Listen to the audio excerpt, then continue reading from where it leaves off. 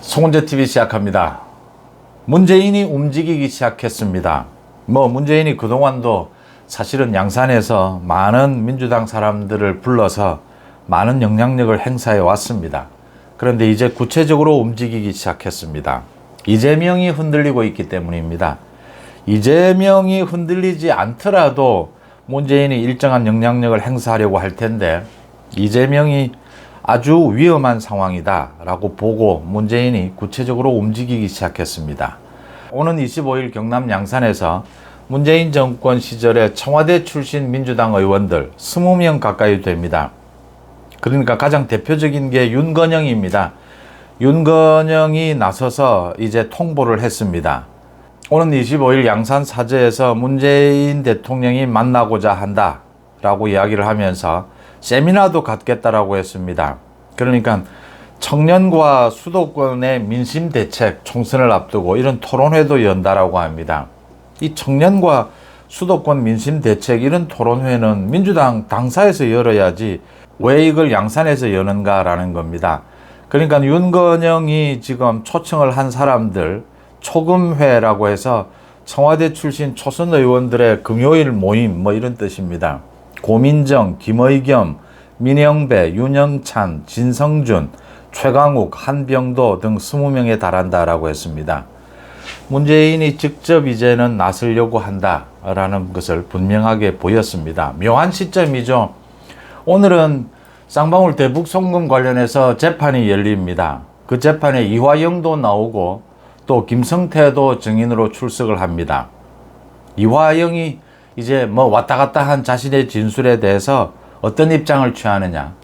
재판장에서 부부싸움까지 해서 지난번 재판은 제대로 열리지 못했는데 이번 재판에서는 이화영이 어떤 입장을 취하느냐. 이화영이 아마 자신의 부인이 주장하는 지금 변호사를 해임하고 하는 부분에 대해서 반대를 했기 때문에 이화영이 기존의 자신의 입장, 그러니까 쌍방울의 요청을 했고 그걸 이재명에게 보고했다 라는 그 입장을 지킬 것으로 이렇게 보입니다. 그 다음 더 이제 중요한 것은 김성태입니다. 김성태 전 쌍방울 회장이 옥중에서 며칠 전에 입장문을 발표를 했습니다. 이재명에 대해서 아주 극도로 분노를 표시를 했습니다. 그러니까 이 쌍방울 대북 송금 부분은 이재명의 방북을 위해서 이화영을 중심으로 해서 쌍방울이 800만 달러를 북한에 뒷돈을 대준 것입니다. 그러니까 이화영을 중심으로 해서 이런 일들이 일어났기 때문에 이화영과 김성태의 진술이 일치하느냐 일치하지 않느냐, 이게 가장 중요한 부분입니다. 이제 오늘 이 재판이 끝나고 나면 검찰이 이재명을 소환할 것으로 보입니다. 이 대북 송금 관련해서 또 백현동 비리 관련해서 이미 최측근인 정진상이나 김용훈 모두 소환 조사를 했습니다. 이제 이재명만 남아있는 셈입니다. 아마 중순쯤 이 두 가지 사건을 묶어서 이번 달 중순쯤에 이재명을 소환하고 구속영장을 치지 않을까 이렇게 예상이 됩니다. 이런 상황에서 이재명이 구속될 위기, 이런 상황에서 문재인이 직접 움직이기 시작했다라는 것이 굉장히 눈길을 끄는 대목입니다. 결국 문재인이 어떤 형태로든지 개입을 하게 될 텐데 아주 적극적으로 개입할 가능성이 높다.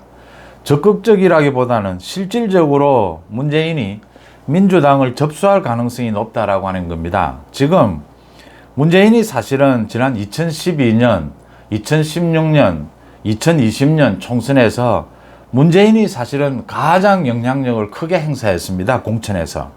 그래서 민주당은 실질적으로 문재인 당이다 이렇게 볼 수가 있습니다. 이재명이 지금은 당대표가 되어 있고 친명들이 있지만 아직도 최대 계파는 문재인이다.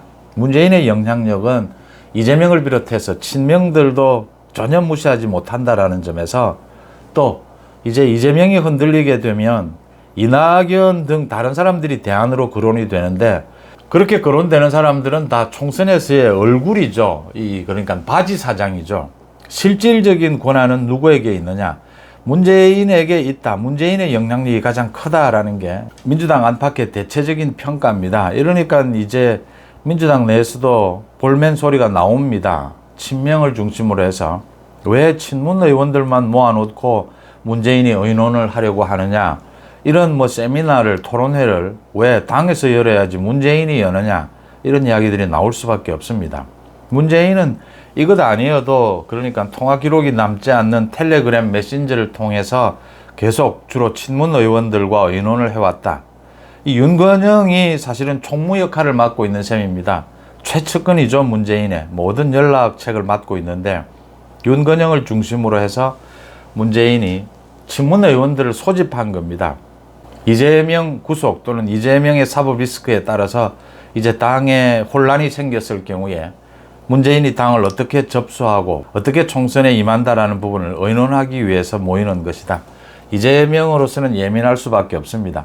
지금 뭐 사실은 여러 가지 이재명 쪽에서 오는 12월 퇴진한다, 오는 10월 퇴진한다 이런 게 의미가 없습니다. 이재명 부분은 이제 검찰에 소환이 돼서 구속영장을 청구하게 되면 이재명이 구속되느냐, 구속되지 않느냐 이 부분에 달려 있습니다. 이재명이 구속이 되고 나면 당무위를 통해서 이재명의 대표직을 사퇴를 시켜야 합니다. 당무위 결정으로 할 수가 있습니다. 이제 이런 부분들에 대해서 문재인이 의논하게 될 것이다. 친문 의원들을 중심으로 움직이게 될 것이다. 이렇게 예상이 됩니다. 이재명은 아마 친명을 중심으로 버티면서 이 공천권, 공천 거래를 하고자 할 겁니다. 그런 부분들에 대한 조정, 이런 것들이 의논될 것이다. 문재인이 민주당을 접수하려고 한다라는 구체적인 움직임이다. 이렇게 읽을 수가 있습니다. 이런 분위기의 점에서 그러니까 오는 25일 양산을 방문하는 문재인 정권 때 청와대 출신입니다. 민주당의 최강욱 의원이죠. 최강욱 의원이 어제 한 TV에 나와서 이 문재인과 윤석열의 관계를 이야기를 했습니다. 그러니까 문재인 대통령이 당시에 윤석열 검찰총장을 임명했던 것, 그리고 조국에 대해서 윤석열 검찰총장이 수사에 착수했던 부분, 이것과 관련해서 문재인 대통령이 검찰총장 임명, 윤석열 검찰총장 임명을 후회한다. 민정수석실 비서관들과 식사하는 자리에서 이런 이야기를 했다. 이런 주장을 했습니다. 최강욱이. 최강욱 말에 따르면 문재인이 그때 이야기하기에 예초에 자신의 구상은 실패했고 윤석열 총장을 임명한 것을 후회한다. 이런 이야기를 했다라는 겁니다. 이게 그러니까 최강욱이 하는 이야기가 어제 방송에 나와서 한 이야기가 이 윤석열 검찰총장을 임명할 당시에 여러 명의 후보가 있었고 당시에 윤석열 후보는 굉장히 중대 흠결이 있었다. 지금 최강욱은 뭐 윤석열과는 가장 적대시하는 민주당 의원 중에 한 명입니다. 뭐 윤석열에 대해서 이런 비난을 했습니다. 탈세, 부동산 투기, 병역 기피 이런 명확한 중대 흠결이 있고 최강욱이 어제 방송에서 주장한 겁니다. 업무 과정에서도 갈등이나 태도 등에 상당한 문제가 있었다. 그래서 윤석열을 임명했으면 안 됐는데 윤석열을 임명을 했다. 문재인의 최대 실수다. 뭐 이런 이야기는 민주당 쪽에서 쭉 나오던 이야기였습니다. 문제는 최강욱이 왜 이 시점에서 이런 이야기, 다들 뭐 민주당에서 나오고 있던 이야기를 다시 했느냐. 이 부분이 이제 문재인이 전면으로 민주당 다시 등장하려면 이 부분이 해결이 돼야 되는 부분입니다. 그러니까 윤석열 대통령과의 관계, 문재인이 윤석열 대통령을 검찰총장에 발탁을 했고 그게 결과적으로 윤석열 검찰총장이 조국을 수사하면서 문재인 정권이 무너지게 됐고 정권 교체가 됐다. 여기에 대해서 문재인이 이제 설명을 해야 되는 부분입니다. 그러니까 지금 문재인이 최강욱의 입을 통해서 이 윤석열 검찰총장 임명이 잘못됐다. 이 이야기를 민주당 지지층에게 이 메시지를 보내고자 하는 부분입니다. 그러니까 이 최강욱이 당시에 민정수석실에 있었으니까 조국 민정수석 밑에 있었으니까 가장 이런 사실들을 잘 안다. 자기가 잘 안다라고 이야기를 하면서 지금 조국과의 관계 이런 이야기를 하고 있습니다. 조국을 법무부 장관에 임명하고자 할 때도 윤석열 당시의 검찰총장이 임명해서는 안 된다. 조국은 굉장히 문제가 많다. 김조원 당시의 민정수석에게 윤석열 총장이 전화를 걸어서 내가 이렇게까지 했는데 조국을 낙마시켜야지 왜 계속 두느냐 이런 이야기를 해서 이걸 문재인이 알고는 윤석열 총장의 사표를 받으려고 했다.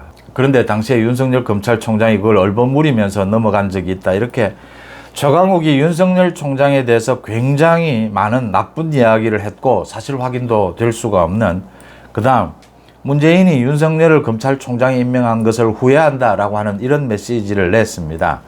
이 지금 문재인이 윤석열 검찰총장을 발탁하고 또 조국을 법무부 장관으로 발탁할 때 윤석열 검찰총장이 조국에 대해서 수사에 착수했습니다. 이 뒷얘기에 대해서는 많은 이야기들이 나와 있습니다. 그러니까 윤석열 검찰총장이 당시에 임명이 될 때 조국 비롯해서 민정수석실에서 반대를 한 것, 이건 사실로 보입니다. 그런데 문재인이 윤석열 검찰총장 당시 후보에게 진 빚이 많았죠. 적폐청산, 박근혜 전 대통령에 대한 수사 등을 통해서 이 윤석열 후보에게 진 빚이 많았고 윤석열 후보에게 기대하는 부분들이 있었던 거죠. 그래서 문재인이 윤석열을 검찰총장에 임명을 합니다. 발탁을 합니다. 그 이후에 조국이 법무부 장관으로 이제 임명을 받을 때 윤석열 총장이 조국에 대해서 수사를 합니다. 수사를 하기 전에 윤석열 총장이 당시에 청와대에 대고 조국에 문제가 많다, 뭐 구체적으로 인사에 개입한 적은 없다라고 윤석열 후보가 직접 이야기를 했습니다.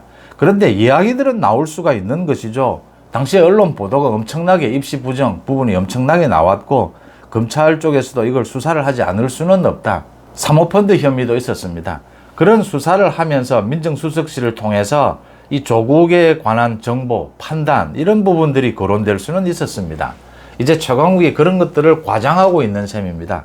굉장히 윤석열 당시 검찰총장이 뭐 업무에 있어서 문제가 많았던 것처럼 이렇게 과장하고 있고, 또 문재인이 윤석열 검찰총장을 발탁한 것을 자기가 후회한다 이렇게 이야기하면서, 이건 뭐 이미 민주당 쪽에서는 많이 나왔던 이야기인데 이제 문재인과 윤석열 대통령, 윤석열 정부 정면 대결 구도를 노리고 있는 겁니다. 이게 지금 이재명의 구속, 이 시점에 8월 달에 문재인이 전면적으로 친문 의원들을 모두 소집을 했다. 그리고 묘하게 어제 최강욱이 나와서 바람을 잡은 것입니다. 문재인이 윤석열 검찰총장 발탁을 후회하고 있다. 이 지금 자신들의 지지층에 메시지를 보내고 있는 겁니다. 지금 문재인과 윤석열의 전면 대결, 총선은 이런 구도로 지금 생각을 한다. 문재인이 민주당을 접수하려고 한다. 자, 여기서 이재명이 그대로 당하고만 있을 것이냐. 이재명과 지금 친명 한 6, 70명으로 봅니다. 그 중에 뭐 강성 친명 하면 3, 40명일 겁니다. 이재명이 구속이 되면 친명, 3, 40명의 친명은 다 총선에서 죽을 수가 있습니다. 이재명과 친명이 이제 문재인의 이런 민주당 접수, 또 문재인이 직접 나서서 총선에서 윤석열 정부와 맞대결을 벌이려고 하는 이 부분에 대해서 이재명과 친명들이 어떻게 반발할지, 어떻게 생존 게임을 벌여갈지, 민주당이 이제 문재인과 이재명으로 나뉘어서 전면전이 벌어지는 이런 상황이 될 것으로 이렇게 전망이 됩니다. 이재명의 구속 여부가 가장 관심거리입니다. 거기에 더 나아가서 문재인에 대한 여러 가지 지금 검찰의 수사가 남아 있습니다. 문재인 각종 적폐 비리에 대한 수사, 이 부분도 박차를 가하지 않겠느냐라는 예상이 나올 수가 있습니다. 문재인이 전면에 등장하기 시작했습니다. 이재명이 더 위험해졌다라고 하는 부분입니다. 송은재TV 마칩니다. 고맙습니다.